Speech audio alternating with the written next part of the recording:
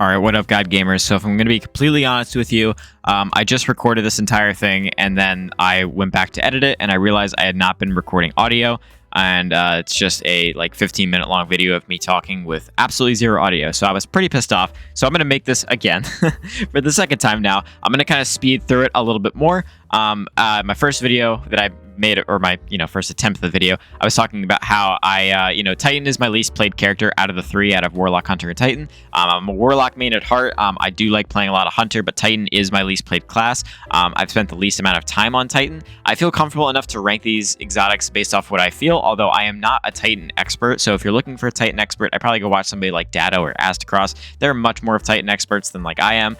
But these are going to be my personal opinions on which exotics are my favorite. S tier is going to be my favorite tier. I'm not going to say that these are meta, these are bad, these are good. It's just going to be my opinions on them. I'm not saying that these are everybody's opinions. I'm just saying these are my opinions on the Titan exotics. So we're just going to jump right into it. I'm going to kind of speed run through this.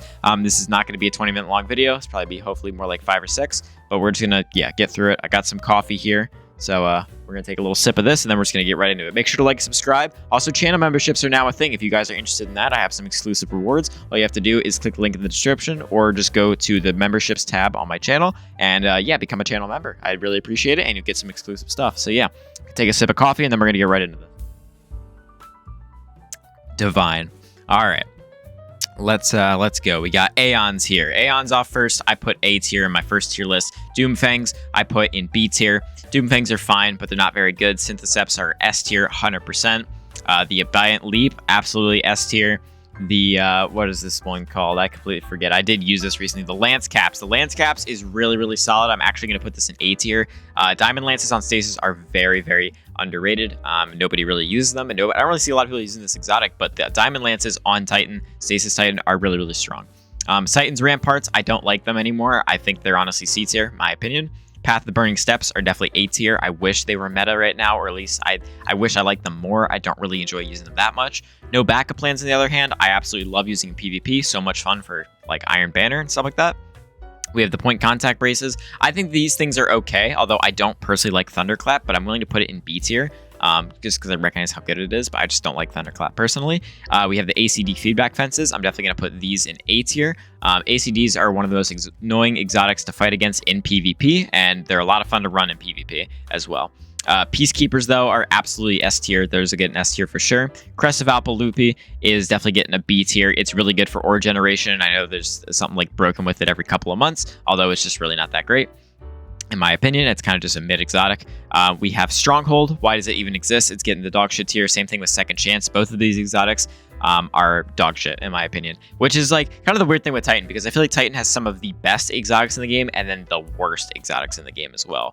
Completely useless ones like Stronghold and Second Chance. Capri's Horn, on the other hand, is definitely A tier for me. I love Capri's Horn. Icefall Mantle is another exotic that I'm why does it even exist? Being able to get an overshield for in place of your barricade seems like a really cool idea, but it's kind of really bad. I know there's some people that like it, although I hate it. I've tried it a handful of times and I've never liked it, and I can't imagine I'm ever going to like it. Loreley's, on the other hand, is definitely S tier for sure. We have Mark 44 Stand-Asides. I'm going to put these in C tier. There's a reason nobody really runs it. I gave him another attempt to see how I felt about it. It's definitely C tier for me. Armamentarium is definitely a solid B tier. If it were more than just give you a second grenade charge, it would probably be A or S tier. Although I feel like Armamentarium needs to give you something else in return than just giving you a second grenade. I feel like it's kind of just a waste. I feel like it needs a buff. Actium War Rigs are definitely A tier, especially with the new auto rifle buff. Using Sweet Business with Actium War Rigs, you will be a walking turret and you will never run out of ammo. It's amazing. Hellfire Heart is definitely also A tier. Eternal Warrior is a why does it exist? It used to be really good in Trials because you could swap off of it, or swap on, swap off of it to get an overshield while using your slam. Although if we're being completely honest here, guys, you can't really swap exotics anymore in Trials because you get penalized for it, and there's no reason to run Eternal Warrior anymore, in my opinion. Dune Marchers are definitely S tier for sure. Those are going to be at the front of S tier. Dune Marchers are cracked for PvP. And once again, it's going to be like a PvE PvP list. It's once again just my opinions on these exotics. Ashen Wake, definitely A tier for me. I love Ashen Wake. It's so good. Worm God Cuirass, I also think is A tier. I actually really like using this. And if you're a new player, I definitely recommend using this. Being able to get that melee damage up and like a stacking melee buff is really, really solid. We have, what's it called? What are these called? Lion Ramparts are definitely S tier for sure. Honestly, one of the best movement techs in the game, especially around like Catapult Lift. It's really, really strong.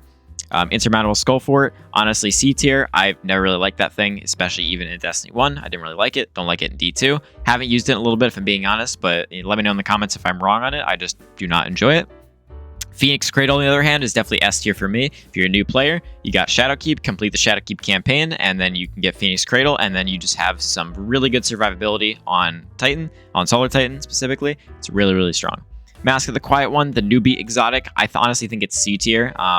I don't really enjoy using it. I see a lot of people run it that are like new players because it's like one of the easiest exotics to get in the game. I feel like it just like always drops for new players. It's like always like the first one you get while you play Titan. Moving on from that, we have One-Eyed Mask, which I'm going to put in B tier. I don't think it's what it used to be, and I don't really enjoy running it anymore. I recognize that it's still good. I feel like there are better exotics for both PvP and PvE, which makes me want to put it in B tier, to be honest. We have the Peregrine Greaves, which I like the idea of Peregrine Greaves. I like them in D1 because Shoulder Charge was such a dominating presence, but with the nerfs coming out for Shoulder Charge, and with it already not being that great right now, I feel like it gets C tier for me.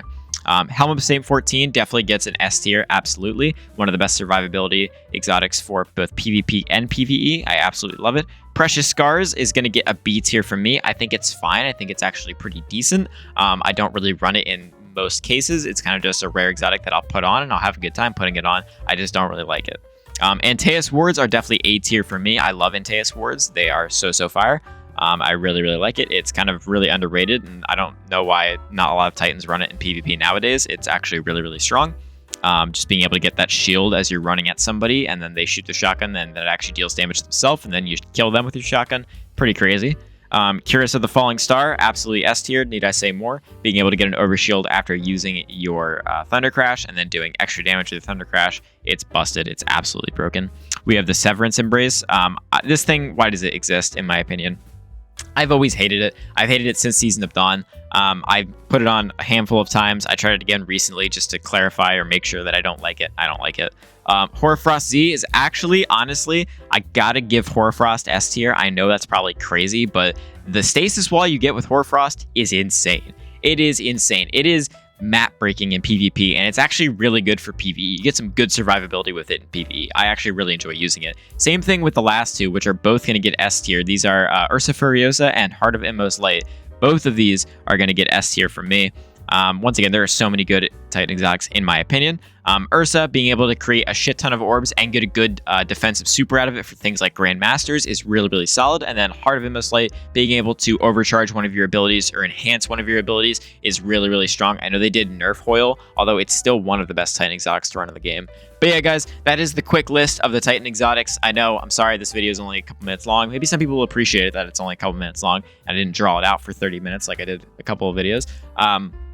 But yeah, this is the list. Once again, I just want to say I am not a Titan expert. These are just my opinions. Yes, I have used all of these exotics. A lot of people like to think or like to say in the comments, like, you need to use all of these exotics more efficiently so you can make a better tier list. And I just like, these are just my opinions.